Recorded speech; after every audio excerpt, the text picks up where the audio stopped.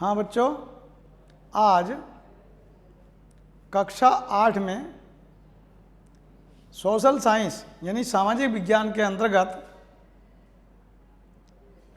उप विषय भूगोल यानी ज्योग्राफी, इसका पाठ 1 कृषि मुख्य खाद्यान्न या मुख्य उपजें। तो कृषि के अंतर्गत जो मुख्य उपजें हैं, जो खाद्यान्न फसलें हैं, उनके बारे में हम आपको बताएंगे। जो हम आपको बताएंगे उसके बारे में ज़्यादातर छात्र और छात्राएं यहाँ जो बैठे हुए हैं वो सब जानते भी हैं, क्योंकि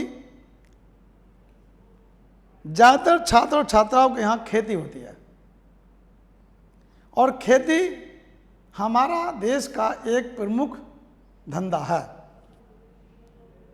क्योंकि प्राचीन काल से ही हमारा देश एक कृषि प्रधान देश रहा है और कृषि प्रधान देश होने के नाते पहले यहाँ पर 80% लोग खेती का काम करते थे जब हम पढ़ते थे, किंतु धीरे धीरे उस समय कृषि अधिक होती थी और औद्योगिक धंधों की कमी थी। धीरे धीरे हम पाश्चात्य देशों से उद्योग धंधों के बारे में मशीनी युग में सीखे और उस प्रकार हम औद्योगिक धंधों को बढ़ावा देने लगे। उद्योग धंधों का धीरे धीरे विकास बढ़ता चला गया और कृषि करने के लिए कम लोग शुरू हो गए, यानी कृषि जो 80% लोग करते थे उनका ग्राफ धीरे धीरे कम हो गया। वर्तमान समय में हमारे देश में 55% लोग कृषि का काम करते हैं। इस कृषि के अंतर्गत जो 55% का ग्राफ आया, ये इसलिए आया क्योंकि हम उद्योग धंधों में लग गए, औद्योगिक क्षेत्रों में लग गए, जिससे कि हमारी आमदनी बढ़नी शुरू हो गई। खेती का भी काम शुरू किया और उद्योग धंधों में काम करना शुरू किया और उससे हमें कई फायदे हुए। मशीनें हमारे देश के कारखानों में बनने लगीं, उनके पुर्जे बनने लगे और हमें पारिश्रमिक भी मिलने लगा। उधर धीरे धीरे जब जनसंख्या की बढ़ोतरी हुई तो खेती कम हो गई, क्योंकि पहले जिस व्यक्ति पर 100 बीघा ज़मीन थी, फिर उसके मान लीजिए 4 या 5 पुत्र हुए तो वो बढ़ गई, 5 हुए तो 20-20 बीघे हो गई, 4 हुए तो 25-25 बीघे हुए। अब फिर 4 या 5 के फिर उनके जनसंख्या बढ़ी, 2 या 3 पुत्र हुए। तो इस प्रकार से ज़मीन का वितरण होता चला गया और ज़मीन प्रति व्यक्ति घटती चली गई, जिससे कि हमें परिश्रम करना पड़ा और हमें जो आमदनी कम शुरू हो गई और खर्चे बढ़ने शुरू हो गए। इसके लिए हम उद्योग धंधों की तरफ चले और कल कारखाने, फैक्ट्रियाँ, मिलें अनेक प्रकार के यहाँ पर लगने लगे और हम उसमें भी काम करने लगे। आजकल हम देखते हैं कि कृषि के लिए मजदूर मिलना बड़ा मुश्किल होता है। क्यों?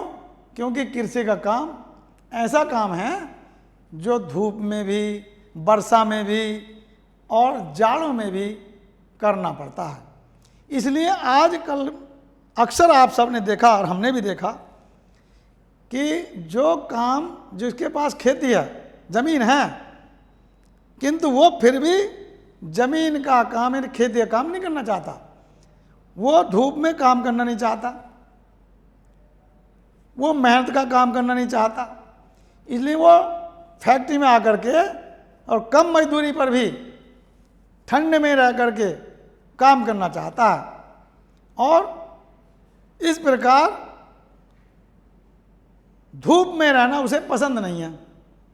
तो इसलिए ज़्यादातर काश्तकार जिनके पास खेती भी है, वो अपनी खेती को बटाई पर या ठेके पर उठाकर चले जाते हैं और अपनी फैक्ट्री में काम करते हैं, कमरे ले लेते हैं किराए पर या अपना मकान बना लेते हैं, जिससे कि शहर की तरफ आकर के वो अपनी बच्चों की पढ़ाई लिखाई करते हैं। और जब उनके बच्चे शहर में रहने प्रारंभ हो जाते हैं तो कुछ बच्चे ऐसे होते हैं जिन्होंने अपने खेती के जाके खेत देखे ही नहीं है। तो इस प्रकार से वो खेती का काम जो है आजकल के किसानों के लिए बड़ा दुर्लभ हो रहा, इसलिए कम मजदूरी पर फैक्ट्री में काम कर लेते हैं और खेती में काम करना पसंद वो लोग भी नहीं करते जिनके पास खेती है। वो ठंड का काम करना चाहते हैं। खेती में 400 रुपये में भी मजदूर नहीं मिल रहा, जबकि फैक्ट्री में आकर के 200 रुपये डेली काम भी अपना कर लेता, क्योंकि उसे धूप में, जाड़े में या गर्मी में, बरसात में नहीं रहना पड़ता। तो ये तो मैंने आपको एक मुख्य परिचय दिया थोड़ा सा। अब मैं आपको चलता हूँ, हमारे देश में जो फसलें होती हैं, मुख्य उपज यानी खाद्यान्न फसलें, तो वो फसलें 3 प्रकार की होती हैं। हमारा देश एक कृषि प्रधान देश होने के नाते प्राचीन काल से ही कृषि पर निर्भर रहा है। तो कृषि में इस समय 55% लोग कृषि का काम कर रहे हैं वर्तमान समय में, जो पहले 80% था, धीरे धीरे कम होता चला गया। अब इसके बाद कृषि में राष्ट्रीय आय में हमारा कितना योगदान है? 14%। राष्ट्रीय आय में कृषि से 14% योगदान प्राप्त करते हैं।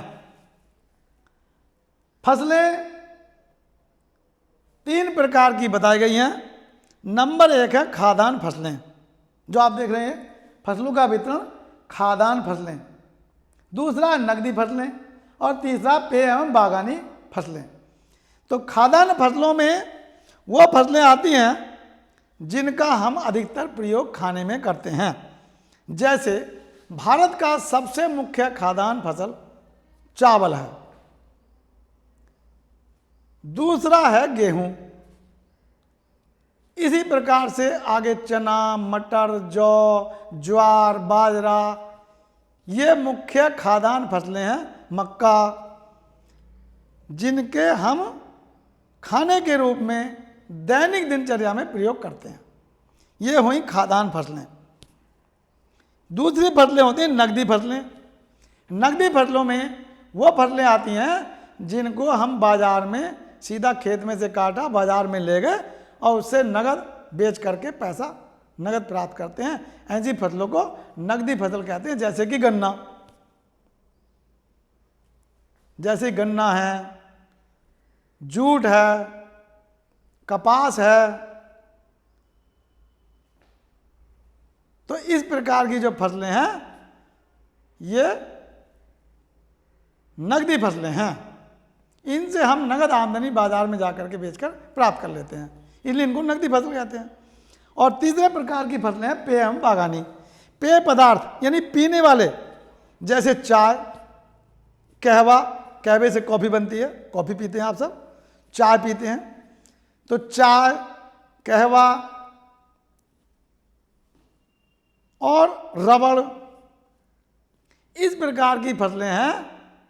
जो तंबाकू है, जिनको हम पेय पदार्थ के रूप में या अन्य रूप में पीते हैं, इनको हम पेय पदार्थ के रूप में पेय पदार्थ वाली फसलें कहते हैं। बागानी फसलों में रबड़ आ गया। तो इस प्रकार से हमें 3 प्रकार की फसलों का वितरण किया गया। और तीसरा बिंदु जो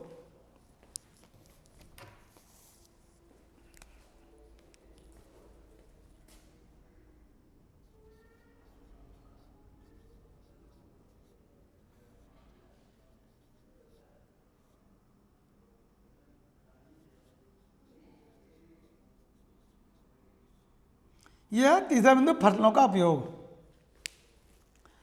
इस फसलों के उपयोग में हम जानते हैं कि हम फसलों को किस प्रकार से उपयोग करते हैं।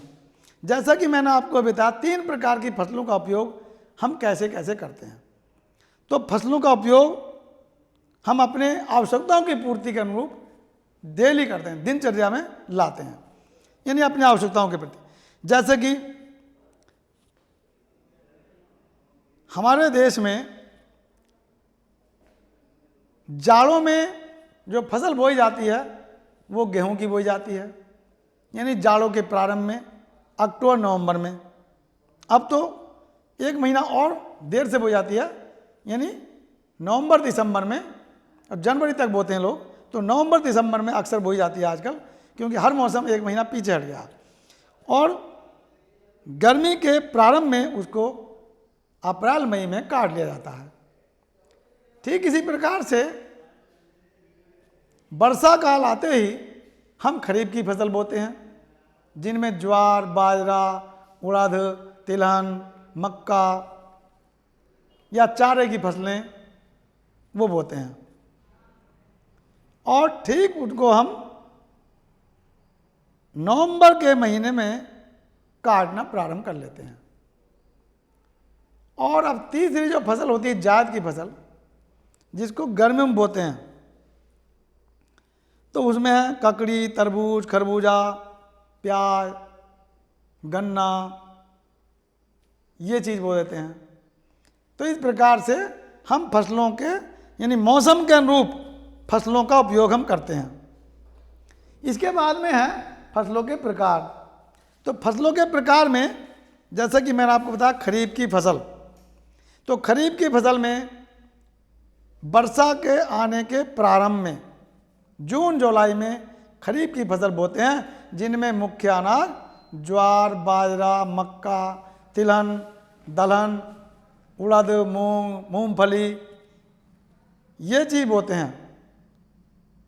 और वर्षा के अंत में यानी जाड़े के प्रारंभ में और वर्षा के अंतिम महीने में अक्टूबर और नवंबर में हम इनको काट लेते हैं। ये हमारे दैनिक जीवन में रोजाना काम आने वाली फसलें हैं। ज्वार बाजरा पशुओं के लिए भी चारे के रूप में प्रयोग होता है। और अन्य जो हमने बताए, कुछ लोग ज्वार बाजरे की रोटी भी खाते हैं, मक्का की रोटी खाते हैं, उड़द की या मूंग, मसूर, मूंग, उड़द और मूंगफली, ये चीज़ें भी हम इस समय बोते हैं और दालों के रूप में प्रयोग करते हैं। मूंगफली के नमकीन के रूप में प्रयोग कर लेते हैं। मूंगफली को जाड़ों में बहुत शौक से खाया जाता है। और इसी प्रकार से दूसरी फल जाड़ों के प्रारंभ में यानी नवंबर दिसंबर में बोई जाती है, उसको कहते हैं रबी की फसल। उस रबी की फसल में मुख्य अनाज है गेहूँ, चना, जौ, मटर, अलसी, सरसों, लाई, ये रबी की फसल होती हैं। और ये जाड़ों के प्रारंभ में बो करके नहीं अक्टूबर नवंबर दिसंबर में बोई जाती है, और उसके बाद में गर्मी के प्रारंभ होने पर ही अप्रैल मई में काट ली जाती है। ये फसलें भी हमारे दैनिक उपयोग में आती हैं। कुछ दालों के रूप में आती हैं, कुछ तेल के रूप में आती हैं, और कुछ खाने के रूप में रोटी। ज़्यादातर हम लोग गेहूं की रोटी खाना पसंद करते हैं। अब वर्षा काल में तीसरी फसल जो गर्मियों में आती है, गर्मियों में तीसरी फसल आती है जायद की फसल। उस जायद की फसल में ज़्यादातर तरबूज, खरबूजा, ककड़ी, लौकी, तंबाकू, इस प्रकार की फसलें बोते हैं। और गन्ना भी बोया जाता है। अब गन्ना भी वैसे 12 महीने बोया जाता, पहले जायद की फसल में आता था। तो उन फसलों में हमें फलों की सब्जियां, फल और सब्जियों की फसल ज़्यादा मिलती हैं, उसे हम जायद की फसल कहते हैं। और जाड़ों गर्मियों की फसल कहते हैं। और उसमें यह है कि उनमें पानी की मात्रा अधिक पाई जाती है, क्योंकि गर्मियों में पानी की शरीर को अधिक आवश्यकता होती है। जैसे हम तरबूज खाते हैं तो मुंह में जाते ही पानी बन जाता है, खरबूजा खाते हैं पानी बन जाता है। तो वो पानी की फसलें गर्मी के लिए रखी गई हैं जायद की फसल के रूप में, क्योंकि शरीर को पानी की अधिक आवश्यकता होती है और शरीर से पानी निकलता रहता है, पसीने के रूप में अधिक निकलता है। तो इसलिए गर्मी में अधिक पानी पीना चाहिए और अधिक पानी वाली फल खाने चाहिए। इसके बाद में मुख्य बिंदु है फसलों के क्षेत्र, जो हम मानचित्र के द्वारा आपको समझाएंगे।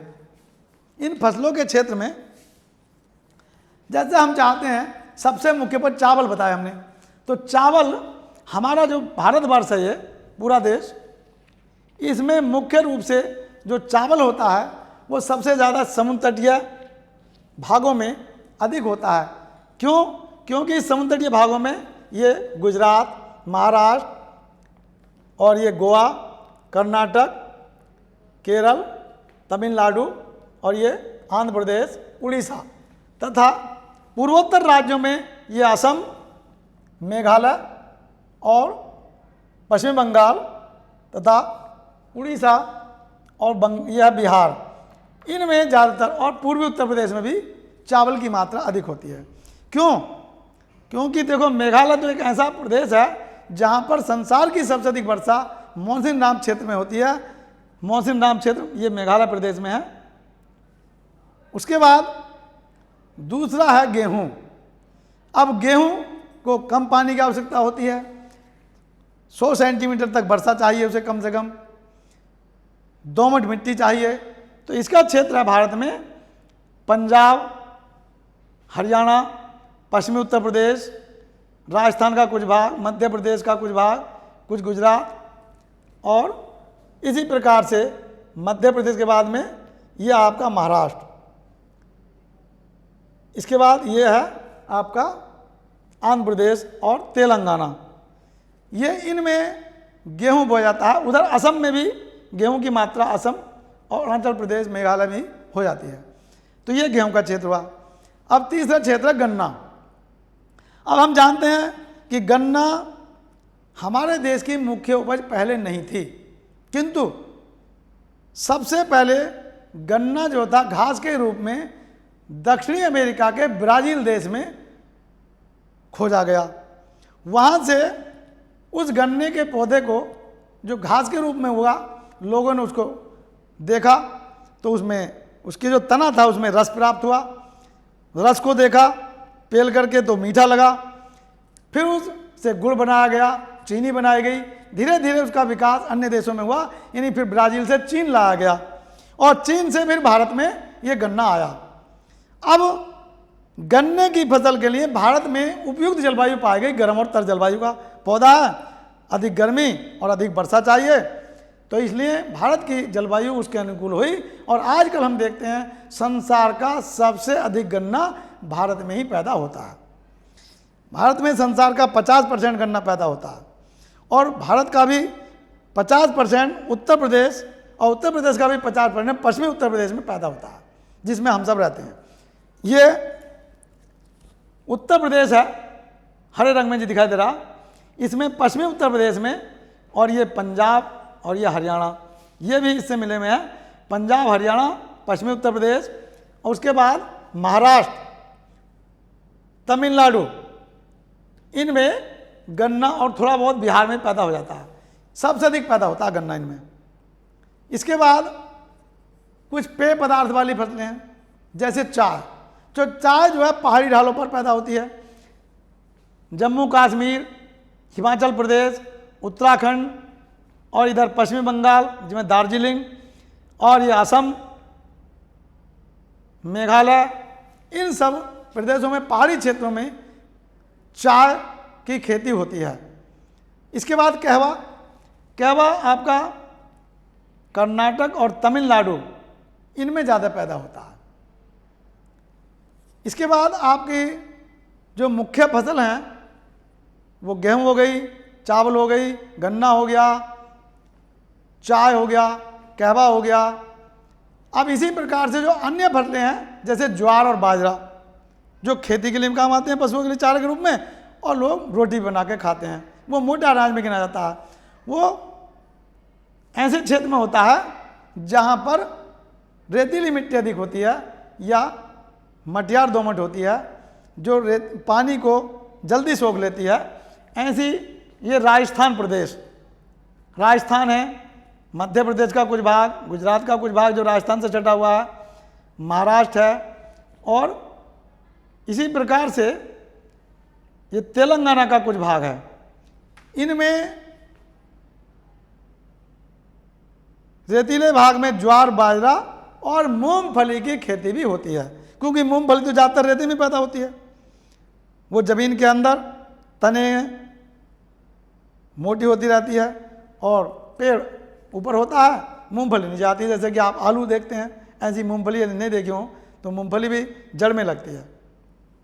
तो इस प्रकार से ये खाद्यान्न फसलें, पेयदार फसलें और दलहन तिलहन की फसलें ये हमारे देश में मुख्य उपजों के रूप में मानी जाती हैं, जिसके बारे में मैंने इस मानचित्र के द्वारा भी आपको ये बताया। इसी प्रकार आपको अब इन पाठ को याद करना है। ये काम गृह कार्य PDF के द्वारा यूट्यूब में देख करके करना है आपको काम। 8वीं की जो रजिस्टर बच्चे बनाएंगे भूगोल के, कापी होगी एक वन साइड, एक तरफ चित्र बनते हैं भूगोल वाली कॉपी जो विज्ञान की होती है वो बनाएंगे, और दूसरी तरफ आप वन साइड में लिखेंगे। तो ये चित्र आपको मानचित्र बनाना है आपको किताब में से देख के, और जो काम आपको मिलेगा उसे उतारना है। 20 तारीख से 20 जुलाई से पहला मासिक टेस्ट होगा, जिसमें कक्षा 8 में जो आपको PDF द्वारा काम गया है उसी में से आपको प्रश्न पत्र आएगा, और उसी में से आपको उत्तर जोड़े में देना है। आपको स्कीम भेज दी गई है और आपको पाठ्यक्रम भेज दिया गया है, उसी के अनुरूप प्रश्न पत्र आएगा, उसको आपको उत्तर लिख कर देना है। और अंतिम दिन 24 तारीख में जब पेपर समाप्त होंगे, समापन होगा, उस दिन अपने जोड़े को, सारे जोड़ों को सब विषय के स्कूल में जमा करना है, उसमें आपको अंक दे दिए जाएंगे। ठीक है बच्चों, ओके, धन्यवाद।